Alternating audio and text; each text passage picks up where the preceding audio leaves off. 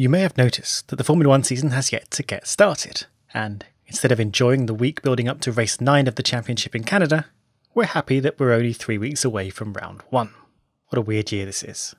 And because this whole season has been pushed back, and in fact yet to be finalised completely, the much anticipated technical revolution of 2021 has now been pushed back to 2022, as under lockdown teams were unable to do the development work this year to prepare. At the same time, F1 income has been throttled through lack of action, so teams are in a much more financially precarious position than expected. So in terms of car development, 2021 is going to be more of 2020.5. The FIA have constricted how much change will be allowed to happen to the cars between seasons to keep costs down and to simplify what is going to end up being a much more hectic year and a half as we barrel towards the end of the current era of technical regulations. So, first things first. The tyres are staying the same for 2021. Alongside the original plans to massively update the cars for 2021, the wheels were also moving from their current 13-inch diameter to an 18-inch low-profile spec. But as the accompanying tyres were being designed to suit the new cars, these new wheel specifications have been shuffled along with everything else. As a consequence, Pirelli are going to keep exactly the same tyre family first introduced in 2019 right through till the end of 2021. This presents a problem as Pirelli normally update their tyre compounds to meet the requirements of the gains in performance over several years. As cars get faster and corner harder, this puts added stress on the rubber, and Pirelli can't guarantee the current spec of tyres will be suitable through to the end of 2021. So instead of going through the expensive process of developing a whole new set of tyres just for next year, the FIA have mandated that the cars in 2021 have their aerodynamics nerfed slightly by cutting away part of the floor. By reducing the area of the floor, as so, they expect cars will lose about half a second in performance, which is roughly the equivalent that they would have gained between seasons. This small rule is a simple move that will save a lot of money and effort in extending everything through 2021. Further to this, quite a lot of the 2020 car will be frozen into 2021, meaning almost no changes can be made to some parts of the car. These are known as the homologated parts, which essentially means they've been approved and signed off by the FIA. Now these parts have a small amount of scope for adjustment, which I'll get to in a second, but essentially from the beginning of the 2020 season to the end of the 2021 season, there are parts of the car that are locked in across both seasons, and there are parts of the car that can be developed, changed and updated and so on with as much freedom as in any normal season.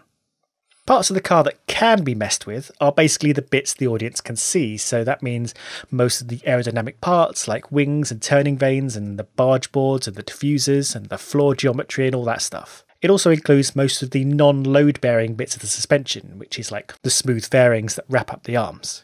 And of course, all teams will be allowed to have a special Monaco spec front suspension assembly for free, because, well, they need it to navigate the tight streets. Almost everything else is locked down and cannot be developed. So when I talk about homologated parts and freezing development from here on, I'm only talking about these parts of the car. The aero and stuff is going to remain free to fiddle with regardless, so we're just talking about this stuff now. So this locking down of parts comes in 3 phases. The first freeze point is officially called R1 2020, which, if everything goes as planned, starts from FP1 of round 1 in Austria. From that moment on, the first bunch of homologated components are locked down. The next freeze point is called mid-2020 and starts from free practice 1 of round 8, which is currently scheduled to be the Italian Grand Prix on the 4th of September. Now, if everything goes rims up again and the calendar is delayed, then mid-2020 will kick in no later than the 15th of October, at which point the second bunch of components get locked down. And the third freeze point is R1 2021, and that's the first practice of round 1 in 2021. And from that point on, no changes can be made to any of the homologated components for the whole of the 21 season. At all. Now, there are some small changes teams can make to components once they've been frozen, without any need to spend tokens, which I'll get to in a second. And these changes can only be approved if strictly necessary. So if they need to update a part for safety reasons, reliability, or for cost, the FIA might allow them that change.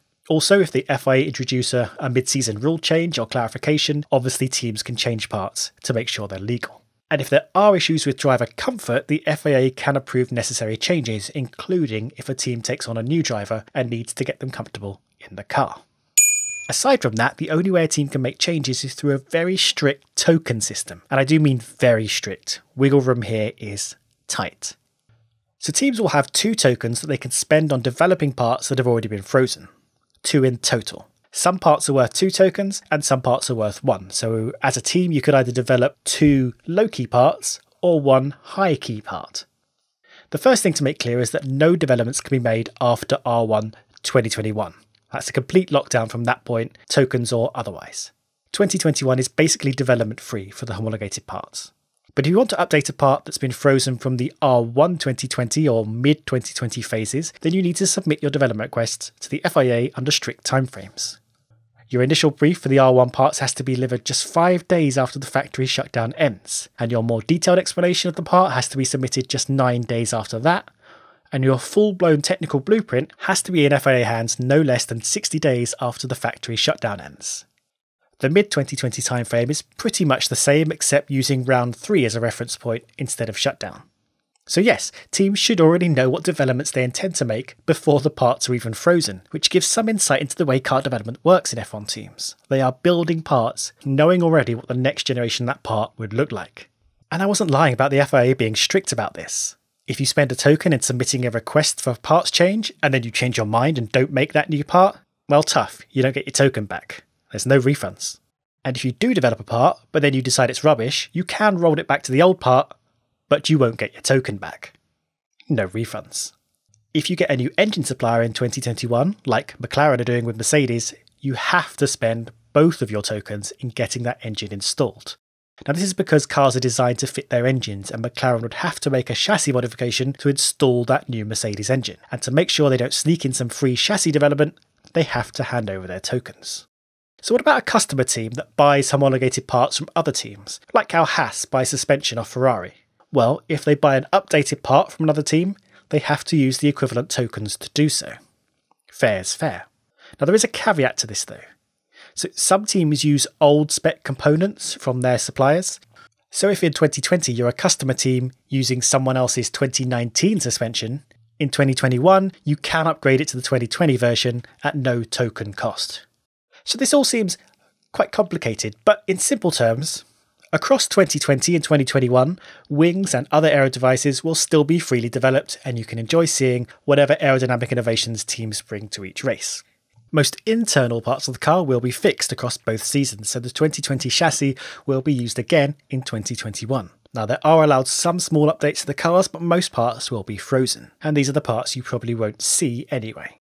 Through the whole of 2021, the whole car is frozen apart from the wings and diffusers and stuff, as mentioned earlier. Now, does this mean performance between teams will be the same across both years? No, because they can still play with the aerodynamics of the car and make 1 or 2 chassis updates that may make a significant difference to the behaviour of the cars. So don't despair if you think this means teams who suck in 2020 will still be stuck in suckery for 2021 too. Overall, F1 has had to respond to the tricky consequences of the pandemic, and this seems to be the best way to keep costs down but allow teams to continue developing cars in some way. The road to 2022 is definitely going to be an interesting one.